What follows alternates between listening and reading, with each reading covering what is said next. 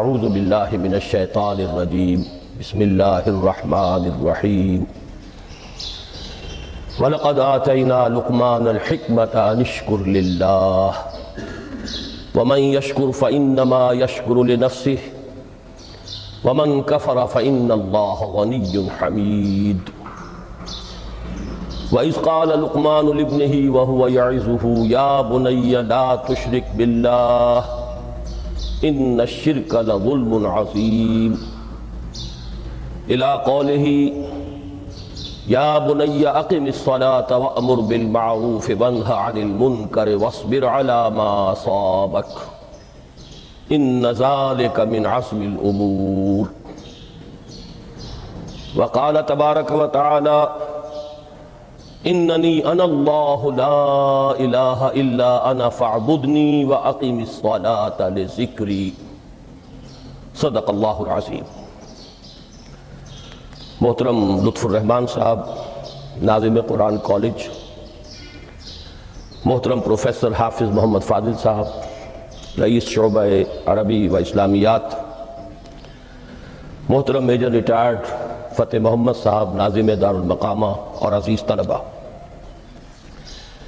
میں سب سے پہلے تو آپ حضرات کو مبارکباد پیش کرتا ہوں کہ آپ نے یہ 2 روزہ صلاۃ کیمپ منعقد کیا۔ میں یہ سمجھتا ہوں کہ قرآن کالج کی یہ پہلی تقریب ہے کہ جو اس کے قیام کے مقصد کے ساتھ بڑی گہری ہم آہنگی رکھتی ہے۔ پھر یہ کہ جس انداز میں اسے منظم کیا گیا ہے، اس میں خاص طور پر میجر صاحب کی جو فوجی تربیت ہے اس کا جو عمل دخل مجھے نظر آیا ہے، تو میں اس پر بھی انہیں ہدیہ تحسین پیش کرتا ہوں اور امید کرتا ہوں کہ آئندہ بھی دین کے جو اہم اور بنیادی موضوعات ہیں ان پر اسی طرح کے تربیتی کیمپ منعقد کرتے رہیں گے۔ میری گفتگو کا جو اس وقت عنوان معین ہے اور جو اس وقت آپ کے سامنے لکھا ہوا بھی ہے، فلسفہ دین میں نماز کی اہمیت۔ اس میں سب سے پہلے تو میں توجہ دلاؤں گا کہ لفظ فلسفہ اصلاً عربی کا ہے اور نہ ہی یہ قرآن حکیم کی اصطلاح ہے۔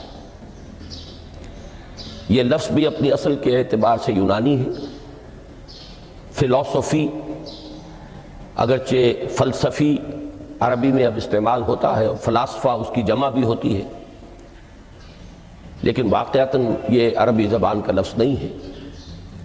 اسی کی ایک مثال اور ہے تصوف، وہ بھی بظاہر تفاعل کے وزن پر خالص صیغہ معلوم ہوتا ہے عربی زبان کا، لیکن یہ بھی تھیوسوفی، یہ بھی در حقیقت یونانی الاصل لفظ ہے جس کی تعریف کی گئی ہے، اسے معرب بنا کر عربی کا جامہ پہنا دیا گیا ہے۔ فلسفے سے ہم جس علم یا جس شعبہ علم کو مراد لیتے ہیں، قرآن حکیم کی اصطلاح میں اس کے لیے لفظ حکمت ہے۔ اس کا مادہ ہا کاف میم، اور اس کا بنیادی مفہوم وہی ہے کہ جو اس سے جو ایک مشتق لفظ ہے استحکام، کسی شے کا مضبوط ہو جانا، پختہ ہو جانا، قوی ہو جانا، ایسی صلاحیت حاصل کر لینا کہ وہ اپنی حفاظت کر سکے، اپنے خلاف کسی بھی اقدام پر اپنا دفاع کر سکے۔ یہ ہا کاف میم کے مادے کا اصل مفہوم ہے۔ اور حکمت انسان کے فکر اور اس کے شعور کی پختگی کا نام ہے، اس لیے کہ انسان حیوانات سے ممیز کیا گیا ہے اگرچہ مختلف اعتبارات سے، لیکن یہ کہ اس میں سب سے اہم اعتبار یہ ہے کہ یہ حیوان عاقل ہے۔ اسی طریقے سے اسے حیوان ناطق کہا جاتا ہے، اور نطق اور عقل کا بڑا گہرا تعلق ہے اور ربط ہے، دونوں ایک دوسرے سے جڑے ہوئے۔ تو ہم کہیں گے شعور، عقل سے انسان کو شعور حاصل ہوتا ہے، اور نطق جو ہے اس کی بنیاد، اس کا سورس جو ہے وہ یہی شعور ہے۔ تو انسانی فکر کی پختگی، انسانی شعور کی پختگی، اس کے اندر ایسی صلاحیت کا پیدا ہو جانا کہ وہ حقائق تک رسائی حاصل کر سکے، اس میں اتنی قوت پیدا ہونا کہ وہ صحیح رخ پر صحیح رخ سے موڑنے والے جتنے محرکات ہیں ان کے مقابلے میں اپنا دفاع کر سکے، یہ حکمت ہے۔ لہذا فلسفہ دین کی بجائے اب آپ اپنے ذہن میں حکمت دین کا لفظ رکھیں، اور اب غور کیجئے کہ حکمت دین میں صلاۃ کے مقام کو سمجھنے کے لیے ہمیں یہاں سے ابتدا کرنی چاہیے کہ حکمت دین کا سب سے بنیادی مسئلہ کون سا ہے۔ حکمت دین کا سب سے اہم، سب سے بنیادی، اولین مسئلہ معرفت خداوندی ہے۔ انسان اپنے رب کو پہچانے اور رب کو پہچان کر اپنے فطری جذبہ تشکر کو اس کی ذات سے وابستہ کر دے۔ یہ فطری جذبہ تشکر بھی آپ سمجھ لیجئے کہ یہ بھی نہ صرف انسان بلکہ حیوانات کا بھی خاصہ ہے کہ اگر ان کے ساتھ کوئی بھلائی کی جائے تو ایک خاص رد عمل ان کی طبیعت میں پیدا ہوتا ہے جسے ہم جذبہ شکر یا جذبہ تشکر سے تعبیر کر سکتے ہیں۔ حیوان کے پاس اگرچہ وہ زبان نہیں ہے کہ جس میں وہ اپنے اس جذبے کو الفاظ کا جامہ پہنا کر اپنے محسن کی خدمت میں پیش کر سکے، لیکن یہ کہ اگر کبھی کسی بھوکے پیاسے حیوان کو آپ نے کوئی غذا فراہم کی ہو یا پانی پلایا ہو اور پھر اگر آپ اس کی آنکھوں میں دیکھیں گے تو وہ جذبہ تشکر وہاں سے ابلتا ہوا محسوس ہوگا۔ یہ گویا کہ فطرت کا تقاضا ہے۔ حیوانات سے بلندتر سطح پر انسان ہے تو فطرت انسانی کا بڑا اساسی اور بنیادی تقاضا ہے کہ وہ اپنے محسن کا شکر ادا کرے، جس نے بھی اس کے ساتھ کوئی بھلائی کی ہو، خیر کیا ہو، اس کی کوئی احتیاج پوری کی ہو، اس کی کوئی ضرورت پوری کی ہو، اس کا وہ شکر بجانا ہے۔ تو یہ فطری جذبہ تشکر جب تک عقل انسانی اپنے اصل محسن اور مربی کو نہیں پہچانتی تو یا تو یہ منتشر رہتا ہے یا بھٹکتا رہتا ہے۔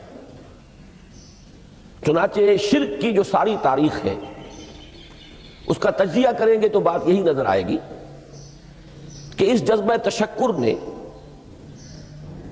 اپنے علم کی کوتاہی کی وجہ سے، اپنے فہم کی کوتاہی کی وجہ سے مختلف اشیاء کے ساتھ یا مظاہر قدرت کے ساتھ اپنے آپ کو منسلک کر لیا۔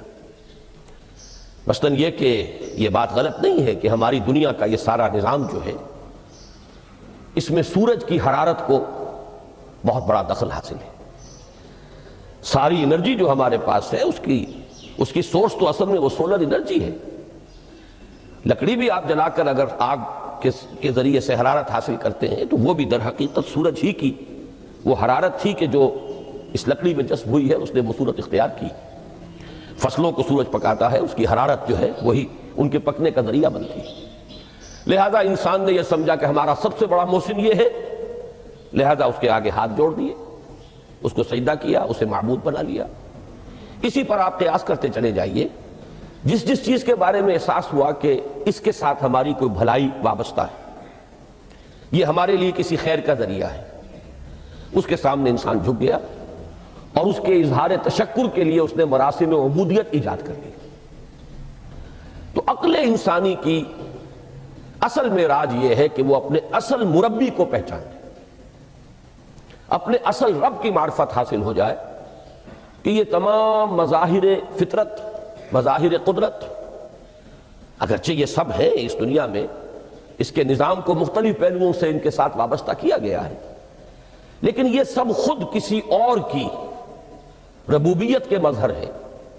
کوئی اور ہے جو ان سب کا خالق ہے، کوئی اور ہے کہ جس نے ان کے لیے یہ سارا نظام بنایا ہے۔ تو ایک ہی چھلانگ میں انسان پھر وہاں پہنچتا ہے اور اپنے اصل رب اور مربی کو پہچان کر اب اپنے پورے جذبہ تشکر کو اس کی ذات کے ساتھ منسلک کر دیتا ہے۔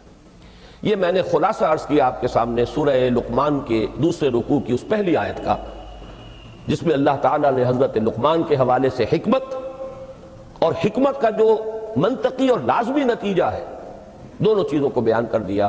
وَلَقَدْ آتَيْنَا لُقْمَانَ الْحِكْمَةَ أَنِ اشْكُرْ لِلَّهِ، ہم نے لقمان کو حکمت عطا کی کہ کر شکر اللہ کا۔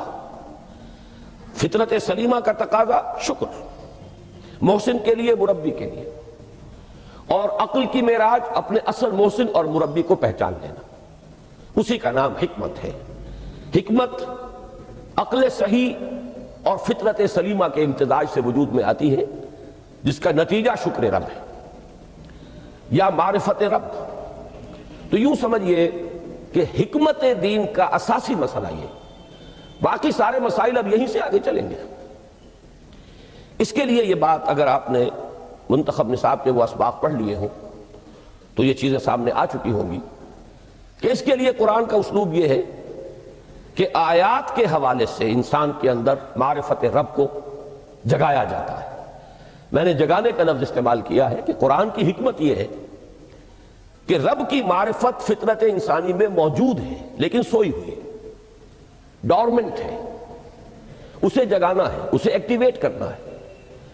اس کے لیے آیات آفاقی، ان فی خلق السماوات والارض واختلاف اللیل والنہار والفلک التی تجری فی البحر بما ینفع الناس الی آخر الآیہ۔ اسی طرح آیات انفسی وفی انفسکم افلا تبصرون سنریہم آیاتنا فی الآفاق وفی انفسہم حتی یتبین لہم انہ الحق۔ لیکن ان آیات آفاقیہ کی طرف بھی صحیح نقطہ نظر سے متوجہ کرنے کے لیے اور انسان کے اندر کی اس سوئی ہوئی معرفت رب کو جگانے کے لیے سب سے زیادہ مؤثر آیات قرآنیہ ہیں، چونکہ یہ فطرت انسانی کے اندر کی ایک شے کو جگانے والی ہیں۔ یہی وجہ ہے کہ قرآن مجید اپنے آپ کو کہیں الذکر کہتا ہے، کہیں ذکرہ، کہیں تذکرہ۔ یہ تو یاد دہانی ہے، تمہارے اپنے اندر معرفت رب موجود تھی یا موجود ہے، لیکن یا تمہیں اس کا شعور نہ تھا، وہ تمہارے شعور کی سطح پر نہیں آئی تھی، یا یہ کہ آئی تھی لیکن پھر تم اسے بھول گئے ہو، ذہول کے پردے پڑ گئے۔ جیسا کہ علامہ اقبال نے کہا کہ کافر کی یہ پہچان کے آفاق میں گم ہے، تم پھر گم ہو گئے ہو۔ لہذا اس کو اجاگر کرنے کے لیے، تازہ کرنے کے لیے یہ آیات قرآنیہ ہیں، ان اندھیروں سے، گمشدگی کے اندھیروں سے نکالنے کے لیے، معرفت کی روشنی میں لانے کے لیے یہ آیات مبارکہ ہیں۔ هو الذی ينزل على عبده آیات بینات لیخرجکم من الظلمات الی النور۔ اندھیروں سے نکال کر روشنی میں لانے کے لیے اللہ نے اپنے بندے پر صلی اللہ علیہ وسلم یہ آیات بینات نازل کی ہیں۔ لیکن اب اس سے اگلا قدم ہے، اور اصل میں وہ ہے جو میری گفتگو کا موضوع ہے اس وقت۔ اس کے لیے یہ تمہید ضروری تھی کہ حکمت قرآن کا اور حکمت دین کا اولین، اہم ترین، سب سے اساسی، سب سے بنیادی مسئلہ ہے معرفت رب۔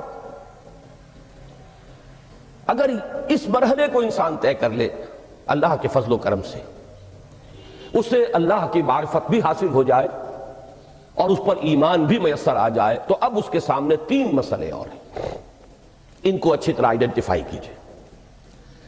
پہلا مسئلہ یہ ہے کہ اس کی فکر صحیح مزید پیش قدمی کرے، آگے بڑھے۔ یہ تو اس کا سٹارٹنگ پوائنٹ تھا، رب کو پہچان لینا۔ ابھی تو اس سے آگے بڑھ کر اس فکر صحیح کو، بڑی بلندیوں کو چھونا ہے۔ جیسے کہ کلمہ طیبہ کی تمثیل بیان کی گئی قرآن مجید میں، کَشَجَرَةٍ طَیِّبَةٍ أَصْلُهَا ثَابِتٌ وَفَرْعُهَا فِي السَّمَاءِ۔ تو فکر انسانی کے لیے وہ اصل ثابت، جمی ہوئی جڑ جو ہے وہ تو ہے معرفت رب، لیکن اب یہ فکر ترقی کرے گی، یہ نشو و نما پائے گی، یہ آگے بڑھے گی، اس کی شاخیں یہ آسمانوں سے بات کریں گی، آسمانوں کی بلندیوں کو چھوئیں گی۔ تو سب سے پہلا مسئلہ ہے فکر صحیح کی مزید پیش رفت، پیش قدمی۔ دوسرا مسئلہ انسان کا بہت بنیادی، عمل کی درستی، صحیح عمل۔ انسان اپنے نفس امارہ سے مغلوب ہو کر، یا جذبات کی رو میں بہہ کر، یا ماحول کے اثرات سے مرعوب ہو کر وہ کسی غلط رخ پر نہ پڑ جائے، تو اس کے عمل کو درست رکھنے کے لیے کوئی اسے سہارا درکار ہے۔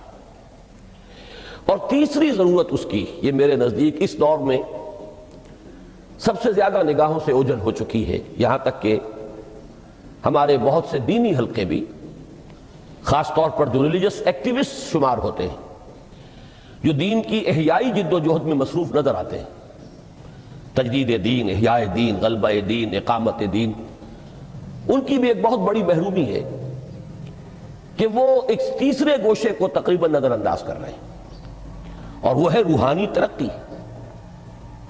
اس لیے کہ انسان کی اصل عظمت کی بنیاد تو وہ روح ہے جو اس میں پھونکی گئی، وَنَفَخْتُ فِيهِ مِن رُوحِي، جس کا تعلق ذات باری تعالیٰ کے ساتھ ہے۔ کم سے کم یہ تو ہر شخص مانے گا، کوئی بڑے سے بڑا ریشنلسٹ اور روحانیت کا منکر شخص وہ بھی یہ تو ماننے پر مجبور ہے کہ اللہ تعالیٰ نے اس کی جو نسبت اپنی طرف فرمائی ہے روحی، اس میں در حقیقت انسانی روح کی عظمت اور اس کی شرافت، اس کی بلندی اور اس کی بزرگی کی طرف اشارہ ہے۔ بہرحال اس کی ترقی، فکر صحیح کی ترقی، نمبر 2 عمل کی درستی، اس میں افراط و تفریط نہ ہو، اس میں انسان نفس امارہ سے مغلوب ہو کر یا جذبات کی رو میں بہہ کر یا ماحول کے اثرات سے متاثر ہو کر کوئی غلط اور غیر متوازن راستہ اختیار نہ کر لے، اور نمبر 3 روحانی ترقی۔ اب ان میں سے پہلی چیز کو لیجئے، فکر صحیح کے مزید ارتقاء اور اس کی مزید پیش قدمی کے لیے قرآن حکیم نے بھی سورہ آل عمران کے آخری رکوع میں ذکر کو سب سے پہلے اور سب سے اہم عامل کی حیثیت سے شمار کیا ہے۔ چنانچہ اس کی پہلی آیت جو ہے سورہ آل عمران کے آخری رکوع کی، اس میں تو وہی مضمون جو میں بیان کر چکا وہ آیا ہے، ان فی خلق السماوات والارض واختلاف اللیل والنہار لآیات لأولی الالباب، یقیناً آسمان اور زمین کی تخلیق میں اور دن اور رات کے الٹ پھیر میں نشانیاں ہیں ہوش مندوں کے لیے۔ ان کے ذریعے سے انسانی شعور کے اندر وہ معرفت رب اجاگر ہوگی۔ وہ پہلا مرحلہ اس نے طے کر لیا، وہ ڈورمنٹ معرفت اب ایکٹیویٹ ہو گئی۔ اب مزید فکر کا مرحلہ ہے جو اگلی آیت میں آیا ہے، الذین یذکرون اللہ قیاما وقعودا وعلی جنوبہم ویتفکرون فی خلق السماوات والارض ربنا ما خلقت ھذا باطلا سبحانک فقنا عذاب النار۔ یعنی تفکر جو ہے، ویتفکرون فی خلق السماوات والارض، وہ تفکر کرتے ہیں، غور و فکر کرتے ہیں آسمان اور زمین کی تخلیق میں، لیکن اس تفکر کے ساتھ لازماً ذکر، اور ذکر مدام، ذکر بھی وہ کہ جو مستقل ہو، ہر حالت میں ہو۔ الذین یذکرون اللہ قیاما وقعودا وعلی جنوبہم، وہ لوگ کہ جو اللہ کو یاد رکھتے ہیں، اللہ کا ذکر کرتے ہیں، کھڑے ہوئے بھی، بیٹھے ہوئے بھی، اور اپنے پہلوؤں کے بل یعنی لیٹے ہوئے بھی۔ اب ان تین کے سوا تو کوئی پوزیشن انسان کی نہیں ہے، اسی کا نام ہے دوام ذکر۔ اور اس کے ساتھ اگر وہ تفکر کرتے ہیں تو ان کا فکر اگلی منزل تک پہنچتا ہے۔ میں اس پر زیادہ بحث اس وقت نہیں کروں گا، اس وقت میں نے چونکہ وہ 3 باتیں بیان کی تھی، میں درجہ بدرجہ چاہتا ہوں کہ آگے بڑھوں اور ایک حد سے زیادہ کسی بھی مسئلے میں تجاوز نہ کریں۔ یہ جو بات سورہ آل عمران کی آخری رکوع کی اس دوسری آیت میں آئی ہے، اسی کو مولانا روم نے بیان کیا ہے بہت ہی سادہ لیکن بڑے پرمغز شعر میں، این قدر گفتیم باقی فکر کن، فکر اگر جامد بوت رو ذکر کن۔ اس قدر تو ہم نے تمہیں بتا دیا، سمجھا دیا، یہ بات تو آ گئی تمہارے عقل میں، اب جاؤ خود غور کرو، مزید آگے پیش قدمی کرو۔ این قدر گفتیم باقی فکر کن، فکر اگر جامد بوت رو ذکر کن، فکر میں جمود آ جائے، فکر سست پڑ جائے تو جاؤ پھر ذکر کرو۔ تو یہ ذکر اور فکر گویا کہ گاڑی کے 2 پہیے ہیں کہ جن سے فکر انسانی صحیح رخ پر آگے بڑھے گا۔ اگر یہ ذکر ساتھ نہیں رہے گا تو فکر انسانی کج ہو جائے، تاثریا میرود دیوار کج، پھر وہ فکر جو ہے وہ بلندی کو کتنے ہی پہنچ جائے لیکن وہ ٹیڑھی بلندی ہوگی، وہ صراط مستقیم پر پیش قدمی کرنے والا فکر نہیں ہوگا۔ اسی کو علامہ اقبال نے اپنے 2 اشعار میں، کیونکہ انہوں نے مولانا روم کو اپنا پیر بھی تسلیم کیا ہے، مرشد رومی، تو یہ فکر جو ہے، یہ خیال جو مولانا روم نے پیش کیا اسی کو علامہ اقبال نے 2 اشعار میں میں سمجھتا ہوں کہ مزید شکوہ کے ساتھ مزید خوبصورت اور حسین انداز میں پیش کیا ہے. جز بقرآن زے غمی روباہی است، فقر قرآن اصل شاہنشاہی است. قرآن کے بغیر اگر کوئی شعر بھی ہو تو وہ بھی اصل میں لومڑی ہے، اس کی کوئی حقیقت نہیں ہے، اس لیے کہ اصل شاہنشاہی جو ہے وہ تو فقر قرآن ہے. اب فقر قرآن کیا ہے؟ فقر قرآن اگر آپ لکھا ہوا دیکھیں گے اس کو تو اس کے آگے یہاں اب سوالیہ نشان آ جائے گا. فقر قرآن یعنی سوچو فقر قرآن کیا ہے، اور جواب ہے اختلاط ذکر و فکر. فقر قرآن امتزاج سے وجود میں آتا ہے کہ اس میں ذکر بھی ہو فکر بھی ہو. اور فکر را کامل نہ دیدم جز میں ذکر، میں نے فکر کو کبھی بھی اپنی منزل مقصود تک پہنچتا ہوا نہیں پایا جب تک کہ اس کے ساتھ ذکر نہ ہو. تو پہلی شے تھی فکر انسانی کی صحیح رخ پر مزید پیش قدمی اور پیش رفت، اور اس کے لیے لازم ہے ذکر و فکر کا امتزاج. دوسری چیز کو لیجئے عمل کی درستی. اس عمل کی درستی کے لیے اللہ تعالیٰ کے ساتھ ایک گہرے تعلق کی ضرورت ہے. اس لیے کہ صبر کی بحث میں یہ مضامین شاید آپ کے سامنے آ گئے ہوں کہ صبر جہاں مصیبت پر صبر ہوتا ہے، تکلیف پر صبر ہوتا ہے، اللہ کے احکام پر جمنا یہ بھی صبر ہے، نفس کی خواہشات کی باغ کو تھام کر رکھنا کھینچ کر رکھنا یہ بھی صبر ہے، اور استقامت کسی شے پر قائم رہنا یہ بھی صبر ہے. تو عمل صحیح پر استقامت کے لیے وَاصْبِرْ وَمَا صَبْرُكَ إِلَّا بِاللَّهِ، اس صبر کی سب سے اہم جو بنیاد ہے، اس کا جو سب سے بڑا ذریعہ ہے، اس کا جو سب سے بڑا سہارا ہے، وَمَا صَبْرُكَ إِلَّا بِاللَّهِ، اس کے لیے ضرورت ہے ایک گہرے تعلق کی کہ اللہ کے ساتھ ایک ایسا تعلق برقرار رہے جو نہ صرف گہرا ہو بلکہ دائم و قائم مسلسل. ذرا ظہول ہوگا تعلق مع اللہ میں، ذرا کمی آئے گی، شیطان کا وار کاری ہو جائے گا. اسی کو حضور نے حدیث میں یوں تعبیر کیا ہے تمثیلاً کہ جو دل اللہ کی یاد سے غافل ہے اس پر، فارسی کا وہ مقولہ بھی ہے کہ خانہ خالی را دیو بھی گیرت، گھر خالی رہے تو جنات اس پر دیو جو ہے آ کر قبضہ جما لیتے ہیں. تو خانہ قلب جو ہے اگر یاد خدا مندی سے خالی ہو گیا تو شیطان ابلیس لعین اپنی تھوتنی ٹکا دیتا ہے. یہ لفظ آتا ہے سور کے منہ کے لیے تھوتنی، جس طرح اس کا نکلا ہوا سا منہ ہوتا ہے آگے، تو یہ لفظ استعمال کیا گیا کہ وہ اپنی تھوتنی انسان کے دل پر جما کر اور پھوکے مارنی شروع کر دیتا ہے. تو شیطان کو موقع ہی تب ملتا ہے جب انسان کے تعلق مع اللہ کے اندر کمی ہو، وہ خانہ بالکل خالی ہو گیا ہو یا اتنا ضعیف ہو گیا ہو کہ کل عدم ہو جائے، گویا کہ نہیں. تیسری چیز کی طرف آئیے، روحانی ترقی. روحانی ترقی کے لیے میں ایک اصطلاح آپ کے سامنے لا رہا ہوں. اس سے مراد کیا ہے؟ روحانی ترقی کے لیے ہماری دینی اصطلاح ہے تقرب الی اللہ، اللہ سے قریب تر ہوتے چلے جانا. اس پر میرا کتابچہ بھی ہے. تقرب الی اللہ کے 2 مدارج، 2 درجے، جو در حقیقت ایک حدیث نبوی علیہ الصلوۃ والسلام ہی پر مبنی ہے کہ حضور نے ایک درجہ قرار دیا ہے تقرب بالفرائض، فرائض کے ذریعے سے انسان اللہ کا قرب حاصل کرے. ایک ہے تقرب بالنوافل، نوافل کے ذریعے سے اللہ کا قرب حاصل کرے. ان میں کیا نسبت و تناسب ہے، اہمیت کے اعتبار سے کون بڑھ کر ہے، بلندی کے اعتبار سے کون بڑھ کر ہے، یہ تمام مسائل میں نے اپنی اس تقریر میں بیان کیے تھے جو اس کتابچے میں شائع ہوئی ہے. اس وقت میں اس کی تفصیل میں نہیں جا رہا، صرف یہ تذکرہ اس لیے کر رہا ہوں کہ جن کو بھی خواہش ہو جائے وہ اس کا مطالعہ کرے. ہماری اس وقت کی گفتگو سے وہ کتابچہ اس جگہ پر منسلک ہوگا. تو تقرب الی اللہ، یہ تقرب کوئی فزیکل فنومینن نہیں ہے، جسمانی یا مادی مسئلہ نہیں ہے۔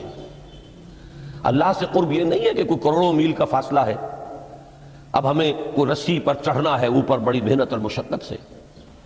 فصل تو ہے ہی نہیں، فاصلہ ہے ہی نہیں، بعد ہے ہی نہیں۔ نحن اقرب الیہ من حبل الورید، ہم تو انسان سے اس کی شہرگ سے بھی زیادہ قریب ہیں۔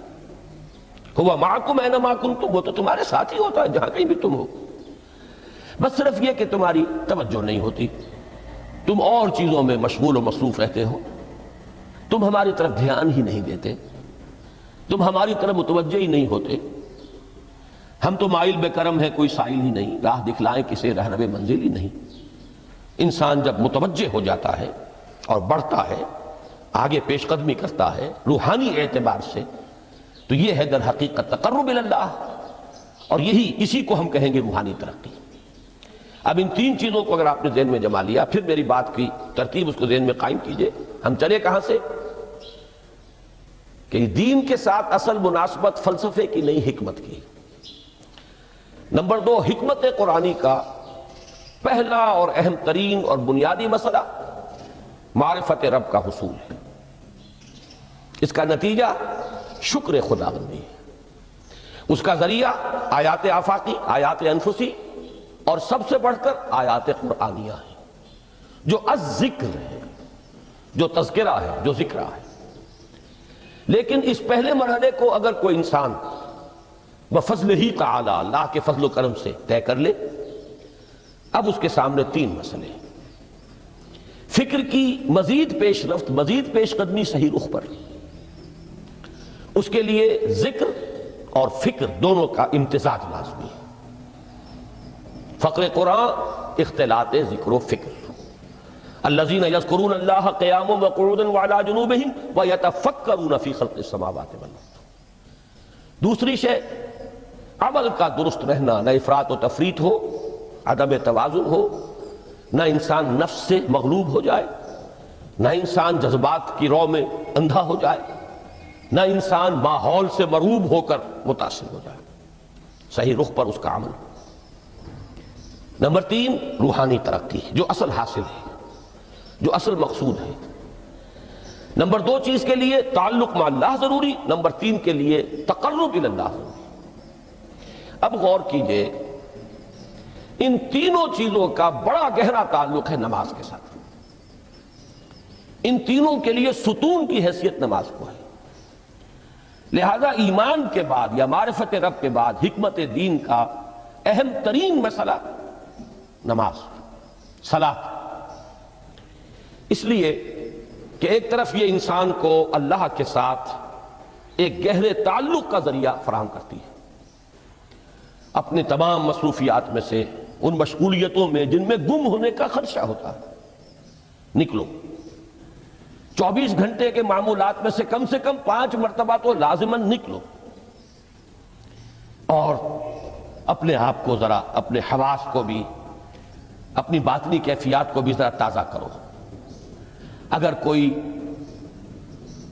گندگی، نجاست، کسی طرح کی ناپاکی کا کوئی معاملہ ہے، طہارت حاصل کرو۔ طہارت سے تمہارے اندر روح کو بھی بالیدگی ہوگی، تمہارے حواس بھی تازہ ہوں گے، تم گویا کہ بحیثیت کل تمہاری ہستی چاقو چوبند ہو جائے گی۔ وہ کسل، وہ سستیاں، وہ جو ایک کثافتیں ہوتی ہیں، ان سب سے نجات حاصل کرو، اور اب اپنے رب کے حضور میں کھڑے ہو جاؤ، اس کے ساتھ اپنا عہد بھی تازہ کرو، اس کی اہم صفات کو بھی اپنے ذہن میں پھر مستحضر کرو۔ یہی وجہ ہے، دیکھیے میں نے جو آیات آپ کو شروع میں سنائی تھی، سورہ لقمان کی 2 آیتیں، پہلی آیت میں اس کا ترجمہ کر چکا، دوسری آیت وَلَقَدْ وَإِذْ قَالَ لُقْمَانُ لِابْنِهِ وَهُوَ يَعِظُهُ يَا بُنَيَّ لَا تُشْرِكْ بِاللَّهِ إِنَّ الشِّرْكَ لَظُلْمٌ عَظِيمٌ۔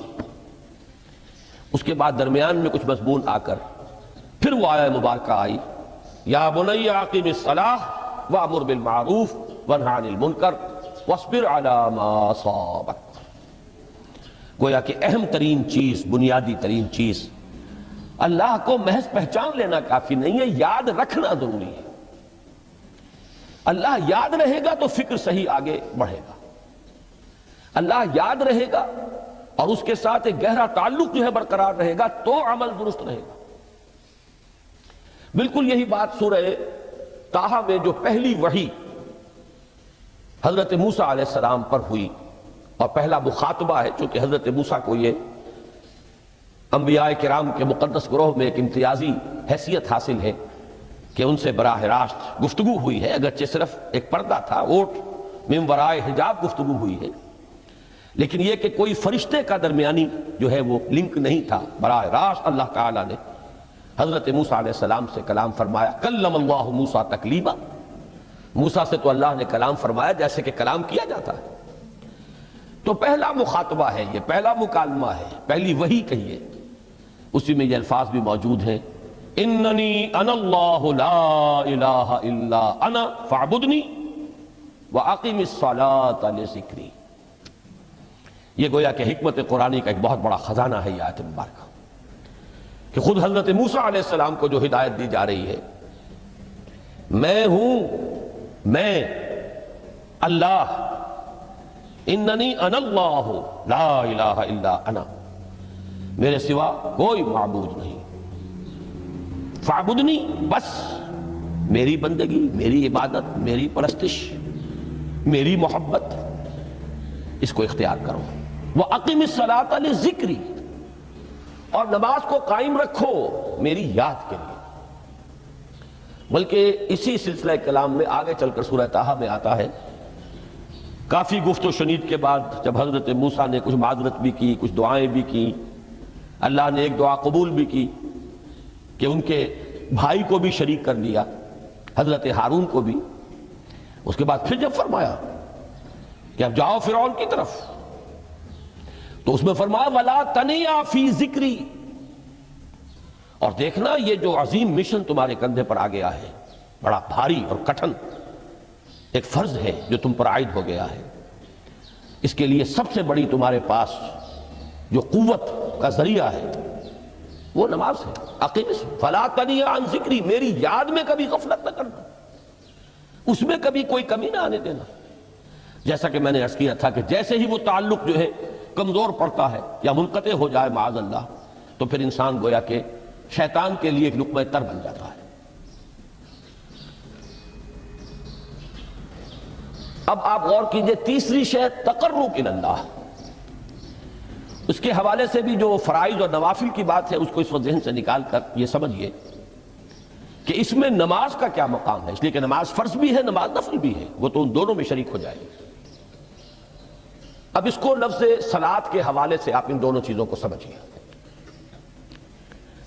صاد لام واو یا یہ چونکہ حروف علت ایک دوسرے سے بدلتے رہتے ہیں، یہ جو مادہ ہے اس کی جو خالص لغوی اصل ہے، جو خالص عربی زبان میں اس کا بنیادی مفہوم ہے، وہ آگ جلانا یا آگ تاپنا یا آگ سینکنا، حرارت حاصل کرنا۔ لہذا بار بار آتا ہے جہنم کے ذکر میں، اسلوہا، اب جلو اس میں، تاپو اس کو، یہ سینکے گی تمہیں۔ بلکہ تفتلون کا لفظ آیا ہے حضرت موسیٰ کے کلام میں، جب وہ گئے تھے کوہ طور پر، جب پہنچ گئے تو تھے آگ کی تلاش میں، لعلکم تفتلون، تو اپنے اہل خانہ سے یہی کہا تھا کہ مجھے کہیں وہ روشنی نظر آ رہی ہے، غالباً کوئی وہاں سے آگ مل سکے گی، ورنہ یہ کہ کوئی رہنمائی کو رستہ مجھے مل سکے گا، میں وہ آگ لے آؤں گا، کوئی چنگاری وہاں سے لے آؤں، لعلکم تفتلون، تاکہ تم، اب یہ اصطلاح در حقیقت باب افتعال ہے، اور یہ تے یہاں پر توئے کی شکل اختیار کر گئی، تا نے توبن کی صورت اختیار کی صاد کی وجہ سے۔ بہرحال اس کا سب سے بنیادی مفہوم جو ہے وہ ہے تاپنا، سکائی حاصل کرنا، حرارت۔ اس کے حوالے سے سمجھ لیجئے کہ سب سے بنیادی تعلق اس کا جو ہے وہ روح کے ساتھ ہے۔ روح میں محبت خداوندی کی آگ اگر ٹھنڈی پڑ گئی ہو، اگر محبت خداوندی کی حرارت میں کمی ہو رہی ہو، تو اس کو اثر نو، جس کو کہ میں آج سوچ رہا تھا تو ایک لفظ ذہن میں آیا کہ جیسے بیٹری اس کو ریچارج کیا جاتا ہے، اسی طریقے سے روح کے اندر محبت خداوندی کی اس حرارت کو اثر نو تازہ کرنا، یہ ہے در حقیقت نماز کا اصل مقصد، اس لیے کہ اس لفظ کا بنیادی مفہوم، اصل لغوی مفہوم تو یہ ہے۔ اگرچہ اس کا سب سے زیادہ کثرت سے جو استعمال ہوتا ہے، اور لفظ صلاۃ جس سے در حقیقت جس تصور پر مبنی ہے وہ ہے اقدام، کسی کی طرف متوجہ ہونا اور پھر دعا۔ صلاۃ کا سب سے قریبی مفہوم لفظی جب بیان کیا جائے گا، اس سے مراد، اس کے معنی تو دعا اس میں اہم ترین ہے۔ کسی کی طرف توجہ کرنا، مناجات کرنا، گفتگو کرنا، مخاطبہ، مکالمہ، دعا، یہ در حقیقت صلاۃ کا سب سے بڑا اصطلاحی مفہوم ہے۔ لیکن جو اس کا مادہ ہے، صاد لام واو یا صاد لام یا، اس کا اصل مفہوم جو ہے وہ تاپنا، حرارت حاصل کرنا۔ تو ان دونوں کے حوالے سے عرض کر رہا ہوں، وہ تاپنا اور حرارت حاصل کرنا وہ ہے روح کے اعتبار سے۔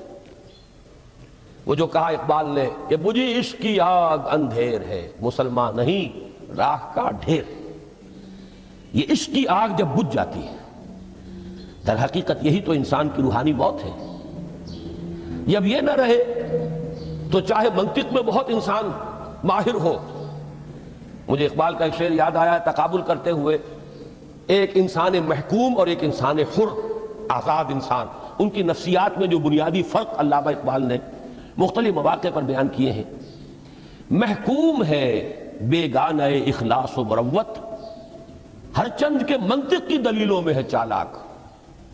تو منطق کی دلیلوں میں انسان چالاک ہو جائے اور وہ لغت ہائے حجازی کا وہ ایک خزانہ بن جائے، اسے تمام الفاظ کے معنی یاد ہوں، وہ بڑے مسائل فقہ کے اسے ازبر ہوں، جزیات، بے انتہا جزیات جو ہیں وہ مستحضر ہوں، فلسفے کے بڑے بڑے مسئلے اس نے حل کر لیے ہوں، لیکن اگر روح میں وہ اللہ کی محبت کی آگ نہیں ہے، وہ تپش نہیں، بجھی عشق کی آگ اندھیر ہے، مسلمان نہیں راہ کا ڈھیر۔ اسی کے حوالے سے آج مجھے یاد آیا تھا کہ وہ جو بڑی سادہ سی ایک نظم ہے، اللہ تعالیٰ سے دعا، یا رب دل مسلم کو وہ زندہ تمنا دے، اس میں بھی جو الفاظ آئے ہیں، جو روح کو گرما دے اور قلب کو تڑپا دے، یہ ہے اصل جو مقصود ہے نماز کا۔ اور یہی وہ چیزیں جیسا کہ میں نے عرض کیا تھا کہ نگاہوں سے اوجھل، یہ پہلو سامنے ہے ہی نہیں، دوسرا پہلو سامنے ہے اور وہ بھی میرے نزدیک بہت اہم ہے، بہت بنیادی ہے، اس میں کوئی شک نہیں، لیکن یہ ہے بلند ترین منزل کہ تقرب الی اللہ، اس کے لیے در حقیقت یہ کس لیے درکار ہے؟ روح کے اندر عشق کی حرارت اور گرمی تازہ ہوتا ہے۔ بسا اوقات یہ اندر دب جاتی ہے، جیسے انگارہ ہوتا ہے آگ کا، اس کے اوپر خاک اور راکھ آ جاتی ہے، اندر کچھ ہوتی ہے، آگ دبی ہوئی سمجھ، آگ بجھی ہوئی نہ جان، اس دبی ہوئی آگ کو پھر ایک شعلہ بنانا، پھر اس کے اندر ایک حیات تازہ پیدا کرنا، یہ ہے نماز کا اہم ترین اور بلند ترین مقصد۔ لیکن اس کے ساتھ ہی اس نماز میں ذکر ہونا، اس کا یہ ذکر ہے، اور ذکر کی جب میں فہرست بیان کیا کرتا ہوں، بہت سے حضرات کے سامنے ہوگا کہ ذکر کا در حقیقت مفہوم ہے استحضار اللہ فی القلب۔ ہمارے ہاں غلطی سے جو ذرائع ذکر ہے انہیں ذکر قرار دے دیا گیا ہے۔ نماز ذکر نہیں ہے، نماز ذکر کا ذریعہ ہے۔ اقیم الصلاۃ لذکری، نماز قائم کرو میرے ذکر کے لیے۔ یہ اللہ اللہ کہنا یا ادعیہ معصورہ جو حضور صلی اللہ علیہ وسلم کی مسنون دعائیں ہیں، انہیں اپنے تمام معمولات دنیاوی کے ساتھ ساتھ ان دعاؤں کو بھی انسان پڑھتا رہے، اللہ سے دعا کرتا رہے، یہ تمام ذرائع ذکر ہیں۔ سبحان اللہ الحمدللہ الحمدللہ، اس کا آپ ورد کیجئے، یہ بھی ذریعہ ذکر ہے۔ حقیقت میں ذکر ہے استحضار اللہ فی القلب، اللہ کو دل میں لے آنا، اللہ کو دل میں حاضر کر لینا، اصل میں تو ترجمہ ہوگا، لیکن حاضر جاننا، یہ کیفیت جو ہے انسان کو حاصل ہو جائے۔ اب اس کے حوالے سے ذرا بات سمجھیے کہ ایک تو میں عرض کر چکا ہوں مجسم ذکر تو قرآن ہے، لہذا ذکر کی فہرست جب آپ کریں گے، ذرائع ذکر تو ان میں سب سے پہلے قرآن آئے گا، اس لیے کہ وہ ہماری حکمت کے پہلے مسئلے کو حل کر رہا ہے، بنیادی مسئلہ، اہم ترین مسئلہ۔ دوسرے نمبر پر ذکر جو ہے اب اس کے لیے کچھ اصطلاحات جو میرے مختلف دروس میں شاید آپ کے سامنے بعد میں آئیں یا پہلی آ چکی ہوں، ان کے حوالے سے میری بات سمجھیے۔ ایک ذکر غیابی ہے، تھرڈ پرسن میں، صیغہ غائب میں اللہ کی یاد کرنا۔ اللہ اکبر، اللہ اکبر، اللہ اکبر۔ اب یہ اللہ اکبر جو ہے یہ جملہ اسمیہ خبریہ ہے، ایک حقیقت کی تکرار آپ کر رہے ہیں، اللہ سب سے بڑا ہے، اللہ سب سے بڑا ہے، سبحان اللہ، سبحان اللہ، سبحان اللہ۔ یہ در حقیقت ذکر غیابی ہے کہ آپ اس میں مخاطب نہیں ہیں اللہ سے، ایک ذکر خطابی کہیں یا ذکر حضوری کہیں، جس میں مکالمہ ہوتا، جس میں گفتگو ہوتی۔ تو نماز در حقیقت ذکر حضوری اور ذکر خطابی کی بلند ترین شکل ہے۔ اس لیے میں نے عرض کیا تھا کہ نماز کے لفظ یا صلاۃ کے لفظ، یہ اصطلاحی معنی جو اکثر و بیشتر کیے جاتے ہیں وہ ہے دعا، اور دعا میں ہوتا کیا ہے؟ مکالمہ ہے، مخاطب، اے اللہ، اے میرے رب، اے پروردگار۔ پھر یہ کہ اس میں اقدام اور کسی کی طرف متوجہ ہونا، یہی وجہ ہے کہ افتتاح صلاۃ، نماز کو شروع کرنے کے لیے ایک تو وہ الفاظ جو قرآن مجید میں آئے ہیں، انی وجہت وجہی للذی فطر السماوات والارض حنیفا وما انا من المشرکین۔ یہ ہے توجہ کا ارتکاز، بشرطے کہ یہ صرف الفاظ ہی نہ نکل رہے ہوں، واقعتاً یہ تعبیر ہو اس وقت کی انسان کی نفسیاتی کیفیت کی، کہ شعوری طور پر وہ فیصلہ کرتا ہے کہ میں منقطع ہو رہا ہوں، ہر چہار طرف سے اپنی توجہ کو ہٹا کر، ہر مسئلے سے اپنے آپ کو خالی ذہن کر کے، یعنی ظاہری اور باطنی دونوں اعتبار سے میں اپنی توجہ کا ارتکاز کر رہا ہوں اس ذات کی طرف جس نے آسمانوں اور زمین کو پیدا کیا، اور بالکل یکسو ہو کر رہا ہوں۔ انی وجہت وجہی للذی فطر السماوات والارض حنیفا وما انا من المشرکین۔ اور دوسری وہ جو دعا جس سے ہم افتتاح کرتے ہیں اپنی نماز کا، دیکھیں اس میں خطاب کا کس قدر اہتمام، وہاں سبحان اللہ نہیں ہے، سبحانک اللہم، پاک ہے تو اے رب ہمارے، وبحمدک وتبارک اسمک وتعالی جدک۔ اب آپ غور کر رہے ہیں، یہ ہے تخاطب، براہ راست مخاطب ہونا۔ یہ گویا کہ لب لباب میں آپ کے سامنے عرض کر رہا ہوں علامہ اقبال کے خطبے کا، دی میننگ آف پریئر ان اسلام۔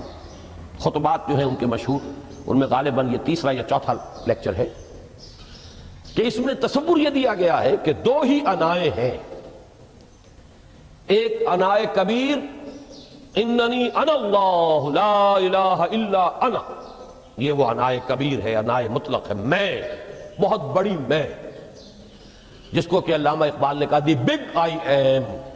یہ بگ آئی ایم جو ہے وہ سورہ طٰہٰ کی اس آیت میں ہے، اور میرے علم کی حد تک کوئی اور مقام نہیں ہے جس میں اس قدر جلال ہو۔ اللہ نے اس طور سے اپنی انانیت کبریٰ اور انانیت مطلقہ کا اظہار اس بلند آہنگ کے ساتھ کیا ہو، اننی انا اللہ لا الہ الا انا۔ وہ انائے کبیر اور یہ انائے صغیر، یہ انائے محدود، یہ چھوٹی سی ایک انا ہے، میں، یہ میں ہوں۔ آپ جب کہتے ہیں میں، بڑی محدود سی ایک انا، دی فائنائٹ ایگو، انائے محدود اور انفائنائٹ ایگو۔ اور صلاۃ اصل میں کیا ہے؟ اس چھوٹی انا کا بڑی انا کے سامنے آ کر، روبرو ہو کر، وہ جو کبھی ٹیلی ویژن کا ایک پروگرام ہوا کرتا تھا، روبرو ہو کر خطاب۔ ایک ہے وہ صیغہ غائب میں تکرار، سبحان اللہ، سبحان، وہ بھی بہت اہم ہے، اس کا اپنی جگہ پر فائدہ ہے، لیکن ہر شے کے درجے ہیں۔ اگر حفظ مراتب نہ کنی زندگی، اگر آپ ان کے درجوں کا علیحدہ علیحدہ لحاظ نہیں کریں گے تو غلط رخ پر پڑ جائیں۔ تو یہ جو دو ذکر خطابی یا ذکر حضوری ہے، نماز اصل میں اس کی بلند ترین شکل ہے۔ یہی وجہ ہے کہ سبحانک اللہم وبحمدک وتبارک اسمک وتعالی جدک ولا الہ غیرک۔ اس کا کی جس قدر تکرار یہاں پر ہے، آپ نے غور کیا، اس میں خطاب ہے۔ یا پھر یہ کہ یہ کا کی اس طرح کی تکرار آپ کو دعائے قنوت میں ملے گی، اللہم انا نستعینک ونستغفرک ونؤمن بک ونتوکل علیک ونثنی علیک الخیر ونشکرک ولا نکفرک۔ اب یہ جو ہے یہ در حقیقت خطاب کا اندازہ ہے کہ براہ راست گفتگو ہو رہی ہے۔ تو سب سے پہلی بات تو یہ ہوئی کہ ذکر کی ایک شکل ہے ذکر غیابی، دوسری ذکر حضوری، اور ذکر حضوری یا ذکر خطابی کی بلند ترین منزل، بلند ترین اس کا ذریعہ نماز ہے۔ اس کو ایک پہلو سے اور سمجھ لیجئے، سورہ فاتحہ جب پھر ہم پڑھتے ہیں جسے الصلاۃ کہا گیا ہے، جو لب لباب ہے، خلاصہ ہے، اس میں پھر تدریجاً غیاب سے حضور کی طرف پیش قدمی ہوتی ہے۔ الحمدللہ رب العالمین الرحمن الرحیم مالک یوم الدین، یہ ذکر غیابی ہے، اس میں ابھی خطاب نہیں آیا، یہ وہی جملہ اسمیہ ہے۔ کل تعریف اس اللہ کے لیے ہے جو تمام جہانوں کا پروردگار ہے، مالک ہے، جو رحمان ہے، رحیم ہے، جزا و سزا کے دن کا مختار و مالک ہے۔ اب یہ غیاب سے حضور کی طرف، ایاک نعبد و ایاک نستعین اہدنا الصراط المستقیم، یہ ہے وہ۔ اب پہلے ایک معاہدہ ہے، ایک اقرار ہے، اعتراف ہے، وعدہ ہے، اور پھر دعا ہے، استدعا ہے۔ یہ ہے غیاب سے حضور کی طرف تدریجاً ارتقا۔ یہی وجہ ہے، اب نوٹ کر لیجئے، وہ چھوٹی سی حدیث یہ بھولنی نہیں چاہیے، الصلاۃ معراج المومنین، اس لیے کہ مخاطبہ الہی براہ راست حضور کو جو حاصل ہوا وہ معراج میں ہوا ہے، التحیات کا مکالمہ وہی ہوا ہے۔ لہذا اس کو نوٹ کر لیجئے کہ باقی جو وحی ہوئی ہے حضرت جبرائیل کے ذریعے سے ہوئی ہے، یا کوئی الہام ہوا ہے حضور کے قلب مبارک پر کوئی شے القاء کی گئی ہے، تو وہ دوسری نوعیت کی وحی ہے۔ وہ جو مخاطبہ حضرت موسیٰ علیہ السلام کو وہ اس دنیا ہی میں حاصل ہوا ہے، کوہ طور کی بلندیوں پر، یہی ان کی امتیازی شان ہے، کلم اللہ موسیٰ تکلیما۔ یہ براہ راست مخاطبہ جو ہے یہ حضور صلی اللہ علیہ وسلم کو معراج کی شب یہ آپ کو حاصل ہوا، اور حضور نے اسی لیے نماز کو معراج المومنین قرار دیا، اس لیے کہ اس میں وہی براہ راست مخاطبہ اور مکالمہ اور وہی گفتگو ہے جو ہو رہی ہے۔ اس کے ضمن میں وہ حدیث، اب اس وقت شاید میرا وقت ختم ہونے کے قریب ہو، لیکن وہ حدیث جو اس اعتبار سے حدیث قدسی ہے، اگرچہ بعد میں اس کے جو مزید تفصیل ہے تو حضور صلی اللہ علیہ وسلم نے گویا کہ خود بیان کی ہے، لیکن مسلم شریف کی روایت ہے حضرت ابو ہریرہ رضی اللہ تعالی عنہ سے کہ حضور نے فرمایا، یقول اللہ تعالی، اللہ یہ فرماتا ہے، اسی لیے اس کو حدیث قدسی کہیں گے، قسمت الصلاۃ بینی و بین عبدی نصفین، میں نے نماز کو اپنے اور اپنے بندے کے مابین آدھا آدھا تقسیم کر دیا ہے۔ اب یہاں تک تو جملہ ہے اللہ کا، یہ ہے حدیث قدسی۔ اب آگے جو ہے نریشن اس کی جو ہے حضور صلی اللہ علیہ وسلم کی جانب سے ہے، یعنی خبر دے رہے ہیں وہ اللہ کی طرف سے ہی۔ ویسے تو تمام احادیث ہی گویا کہ ہم سمجھتے ہیں انسپائرڈ تو اللہ کی طرف سے ہی ہے، لیکن یہ کہ جہاں صراحت ہو کہ اللہ کہتا ہے وہ حدیث قدسی ہے۔ تو یقول اللہ تعالی قسمت الصلاۃ بینی و بین عبدی نصفین، یہاں تک تو حدیث قدسی ہے۔ اب دوسری عام حدیث ہے، اذا قال العبد الحمد للہ رب العالمین یقول اللہ تعالی حمدنی عبدی، جب بندہ کہتا ہے الحمد للہ رب العالمین، پروردگار کہتا ہے میرے بندے نے میری حمد کی۔ جب بندہ کہتا ہے الرحمن الرحیم، پروردگار فرماتا ہے اثنا علی عبدی، میرے بندے نے میری ثنا کی، بڑی تعریف کی۔ جب بندہ کہتا ہے مالک یوم الدین، اللہ فرماتا ہے مجدنی عبدی، میرے بندے نے میری بڑی بزرگی بیان کی ہے، تمجید کی ہے۔ پھر جب بندہ کہتا ہے ایاک نعبد و ایاک نستعین، اللہ فرماتا ہے ھذا ما بینی و بین عبدی ولعبدی ما سأل، یہ ہے میرے اور میرے بندے کے درمیان۔ یہ تو معاہدہ ہے نا، معاہدے میں تو دو فریق جکڑے جاتے ہیں، بند جاتے ہیں۔ یہ میرے اور میرے بندے کے درمیان ہے، اور میرے بندے نے جو طلب کیا میں نے دیا، اس لیے کہ اس میں طلب بھی تو ہے، ایاک نستعین، تیری مدد چاہتے ہیں، یہ طلب ہے۔ اسی کی شرح ہے جو اب آخری تین آیتیں ہیں، پروردگار ہم تیری مدد چاہتے ہیں، پروردگار ہم تیری ہی بندگی کرتے ہیں اور کریں گے، اور تیری ہی مدد چاہتے ہیں، چاہیں گے۔ اگر حال میں اس کا ترجمہ کریں گے زمانہ حال کے اعتبار سے، اس لیے کہ فعل مضارع میں تو دونوں موجود ہیں، شامل ہیں، تو یہ ایک اعتراف ہے، اظہار حال ہے۔ اللہ کرے کہ وہ واقعتاً صحیح اظہار حال ہو، ہم واقعی اللہ کی بندگی کرتے ہوئے یہ کہیں کہ ایاک نعبد، ورنہ اگر ہماری اصل صورتحال سے وہ مطابقت نہ رکھتا ہو تو پھر تو ایک طرح کا جھوٹ ہو جائے گا، غلط بیانی ہو جائے گی۔ ایاک نعبد، تیری ہی بندگی کرتے ہیں اور مستقبل میں کیجئے، کریں گے، یہ ہے عہد۔ تیری ہی مدد چاہتے ہیں، تجھی سے مدد طلب کرتے ہیں، تجھی سے مدد چاہتے رہیں گے۔ اس کے لیے فرمایا وَلِعَبْدِي مَا سَأَلَ، اور پھر اس کے بعد وہ استدعا ہے، اهْدِنَا الصِّرَاطَ الْمُسْتَقِيمَ صِرَاطَ الَّذِينَ أَنْعَمْتَ عَلَيْهِمْ غَيْرِ الْمَغْضُوبِ عَلَيْهِمْ وَلَا الضَّالِّينَ۔ اس حدیث میں اس کو ایک ہی جملے کو لیا گیا ہے، ایک ہی جملے کی حیثیت سے۔ جب بندہ یہ کہتا ہے تو اللہ فرماتا ہے هَذَا لِعَبْدِي وَلِعَبْدِي مَا سَأَلَ، یہ خالص میرے بندے کے لیے ہے۔ اس بندے نے ایک درخواست پیش کی ہے اور میں نے گرانٹ کی، وہ اپلیکیشن، وہ ریکویسٹ گرانٹڈ ہم نے دے دی، وَلِعَبْدِي مَا سَأَلَ۔ یہ ہے اس کی تاثیر کا عالم، بشرطے کے معاملہ وہ شعور کے ساتھ، بشرطے کے مطابقت ہو ظاہر اور باطن کی، بشرطے کے مطابقت ہو قول اور فعل کی، تو اس کا اتنا اونچا مقام ہے کہ ایک ایک جملہ ادھر ادا ہوا، ادھر اللہ کی طرف سے ریسپانس مل رہی ہے۔ افلاک سے آتا ہے نالوں کا جواب آخر، اٹھتے ہیں حجاب آخر، کرتے ہیں خطاب آخر۔ یہ خطاب ہے، مخاطبہ ہے، مکالمہ ہے، یہ ہے اصل نماز۔ اسی لیے اسی کو کہا گیا نماز۔ البتہ اب اس سے آگے بڑھیے، ذکر کی ایک اور شکل بھی ہے اور وہ ذکر عملی ہے۔ ایک تو ہم نے کہا اللہ اکبر، اللہ بہت بڑا ہے، سب سے بڑا ہے، یہ جیسا کہ میں نے عرض کیا ایک اعتبار سے تو ذکر غیابی ہو گیا۔ دوسرے یہ کہ یہ ایک فکری لسانی ذکر ہے، ہم نے کہہ دیا۔ ایک ہے اسی کے ساتھ ایک عملی ڈیمانسٹریشن، جب یہ کہتا ہوا انسان سیدھا سجدے میں گرتا ہے تو در حقیقت یہ اس اللہ اکبر کی تعمیل ہو رہی ہے۔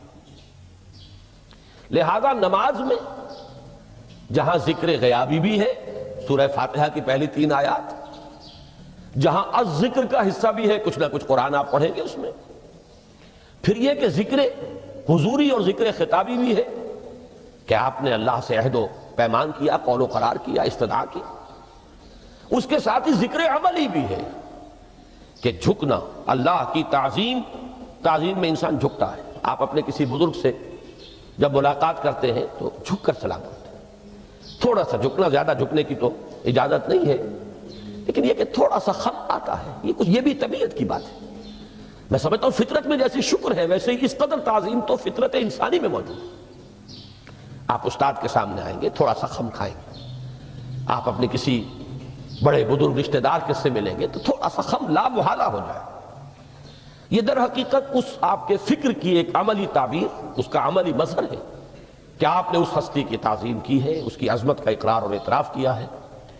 یہی تعظیم ہے اللہ تعالیٰ کی کہ جس میں پہلا درجہ ہے رکوع، جھکے آپ، اللہ اکبر کہہ کر جھکے، اور اس کے بعد پھر اس کا جو آخری درجہ ہو سکتا ہے وہ سجدہ ہے، جس میں کہ انسان نے جب اپنی پیشانی زمین پر ٹکا دی تو گویا کہ اس نے اپنی انانیت سے، اگر یہ شعور کے ساتھ ہوا ہو تب میں بات کہہ رہا ہوں، تو گویا کہ اس نے اپنی انانیت سے کامل دستبرداری اختیار کر کے اور اپنے آپ کو اپنے رب کے قدموں میں ڈال دیا۔ یہی وجہ ہے کہ حضور نے اس کو تعبیر فرمایا ہے کہ جب سجدہ کرو تو یوں محسوس کرو کہ تم نے اپنا سر اپنے رب کے قدموں میں رکھ دیا۔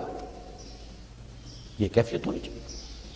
اور چونکہ میں نے ابھی عرض کیا کہ یہ در حقیقت انسان کی انانیت، میں، میری مرضی، میری خواہش، میری پسند، میری عقل، میری منطق، میرا چوائس، میرا اختیار، یہ سب چیزیں ہی تو در حقیقت جو ہمارے اندر ایک مضمر ہے شیطنت، اس شیطنت کا مظہر یہی تو ہے۔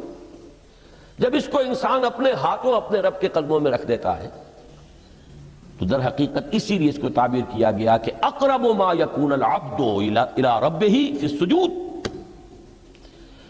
بندہ اپنے رب سے قریب ترین جو ہوتا ہے وہ سجدے میں ہوتا ہے، بشرطے کہ وہ سجدہ واقعی سجدہ ہو۔ اس میں حقیقت یہ ہے کہ اقبال کا وہ شعر بڑی صحیح تعبیر ہے، وہ سجدہ روح زمین جس سے کانپ جاتی تھی، یہ ہے اصل میں تعبیر، اسی کو آج ترستے ہیں ممبر و محراب۔ سجدوں پر سجدے اور رکعتوں کے ڈھیر لگ گئے ہوں، اور 17 رکعتیں پوری نماز عشاء کی انسان نے ادا کی ہوں گن گن کر، اور 17 رکعتوں میں آپ کو معلوم ہے 34 تو سجدے ہو ہی گئے، تو سجدوں پر سجدے اور رکعتوں کے ڈھیر، لیکن یہ کہ اگر وہ کیفیت آپ کی صحیح عکاسی نہیں کر رہی ہے آپ کے ذہن کی، آپ کی نفسیاتی کیفیت کی، آپ کی قلبی کیفیت کی، آپ کے شعور کی، تو پھر ٹھیک ہے، ثواب تو ملے گا اس نماز سے بھی، اس لیے کہ ثواب کا نہ ملنا تو ظلم ہوگا، سوائے ایک بات کہ اس میں اگر کوئی ریاکاری ہے، دوسروں کو دکھانے کے لیے نماز پڑھی گئی ہے، تو ریاکاری تو زیرو کے مانند ہے کہ اس سے جو شے ضرب کھاتی ہے زیرو ہو جاتی ہے۔ 1 کروڑ کی تعداد عدد کو آپ زیرو سے ضرب دے زیرو ہو گئے، تو ریاکاری تو زیرو کر دینے والی شے، بلکہ زیرو ہی نہیں کرتی، وہ شرک تک پہنچا دیتی ہے۔ من صلی یرائی فقد اشرکا ومن صام یرائی فقد اشرکا ومن تصدق یرائی فقد اشرکا، جس نے دکھانے کے لیے نماز پڑھی اس نے شرک کیا، جس نے دکھانے کے لیے روزہ رکھا اس نے شرک کیا، جس نے دکھانے کے لیے صدقہ خیرات کیا اس نے شرک کیا۔ لیکن یہ کہ اگر یہ بات نہیں ہے، اگر ریاکاری نہیں ہے، کوئی بدنیتی نہیں ہے، تو ایک شخص نے وقت نکالا ہے، اسی وقت میں وہ اپنا کوئی اور کام کر سکتا تھا، کوئی 2-4 پیسے کما سکتا تھا، کوئی اور دھندا دنیا کا جو ہے کرتا، لہذا اگر وہ نہیں ہے، ریا نہیں ہے، تب اس کا اجر تو لازم ہے، اس نے کچھ نہ کچھ ڈیووٹ کیا ہے، کچھ نہ کچھ سیکریفائس کیا ہے، کچھ نہ کچھ قربانی دی ہے۔ لیکن یہ کہ پھر وہ نماز یہ نہیں ہے، وہ سجدہ روح زمین جس سے کانپ جاتی تھی، اسی کو آج ترستے ہیں ممبر و محراب۔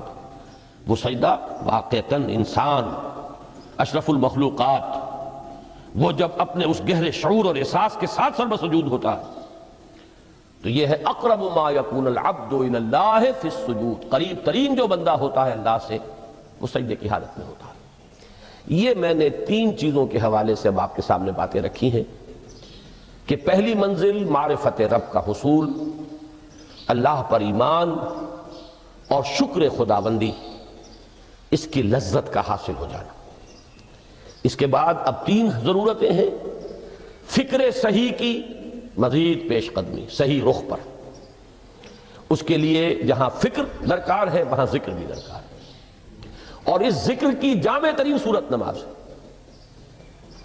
نمبر 2، انسان کے عمل کے درست رہنا، اس لیے کہ ذرا سا قرآن مجید میں سورہ اعراف میں نقشہ کھینچا گیا ہے ایک شخص کا، اس کا نام تو وہاں نہیں ہے، بلعام بن باعورہ، ویسے تورات میں اس کا ذکر ہے اور اس نام کے ساتھ ہے، بہت بڑا عالم تھا، بہت بڑا فاضل، قرآن کے الفاظ ہیں ہم نے اسے اپنی آیات عطا کی تھی، آتیناہ آیاتنا، اور ہم چاہتے تو اسے ابھی اور ترفع اور بلندی عطا کرتے، وَلَوْ شِئْنَا لَرَفَعْنَاهُ بِهَا وَلَكِنَّهُ أَخْلَدَ إِلَى الْأَرْضِ، لیکن وہ تو زمین ہی کی طرف دھستا چلا گیا، اور کوئی ایک لغزش انسان کے لیے سارے کیے دھرے پر پانی پھر سکتی ہے، ذرا سا عدم توازن اس کے رخ کو ٹیڑھا کر دے گا، اور جب ایک دفعہ ٹیڑھ ہو گئی تو شروع میں تو زاویہ جو ہے چاہے وہ 10 درجے کا ہی ہو، لیکن جیسے جیسے عمل کی وہ پیش قدمی ہوگی فاصلہ بڑھتا چلا جائے گا، انحراف شدید سے شدید تر ہوتا چلا جائے گا۔ اب اس عمل کی درستی کے لیے بھی لازم ہے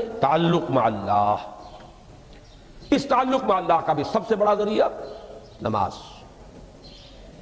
تیسری چیز روحانی بالیدگی، روحانی ترقی، تقرب الی اللہ، اس کے لیے اس اعتبار سے بھی کہ توجہ الی اللہ، ارتکاز توجہ اللہ کی طرف، انی وجہت وجہی للذی فطر السماوات والارض حنیفا وما انا من المشرکین، اور اس اعتبار سے بھی کہ اسی کے ذریعے سے وہ عشق کی بجھتی ہوئی چنگاری کو پھر بھڑکایا جا سکتا ہے، جو خاک میں دب گئی ہو، اللہ کی محبت کی وہ حرارت جو ہے اگر اس میں کچھ کمی آ گئی ہے تو اس کو جھاڑ کر، راکھ کو ہٹا کر اثر نو ایک حرارت پیدا کرنا، یہی وجہ ہے کہ نماز، صلاۃ جس مادے سے ماخوذ ہے اس کا بنیادی مفہوم یہی ہے، تاپنا، حرارت حاصل کرنا، آگ جلانا، آگ روشن کرنا۔ تو فلسفہ دین جس کے لیے صحیح لفظ ہے حکمت دین، اس کے اعتبار سے تو میری یہ گفتگو ہے۔ باقی یہ کہ نظام دین میں 3 اعتبارات سے پھر نماز کی اہمیت آئے گی۔ نظام دین میں سب سے پہلے انفرادی سیرت کی تعمیر، ثانیاً معاشرے کی تنظیم، پھر اس کے علاوہ جو 2 عنوانات کل کے لیے طے کیے گئے ہیں، جو خادمان دین ہو، طالبان قرآن ہو، ان کو کس کس اعتبار سے اس نماز سے مدد ملتی ہے، تو ان چاروں موضوعات پر انشاءاللہ تعالی میں کل گفتگو کروں گا۔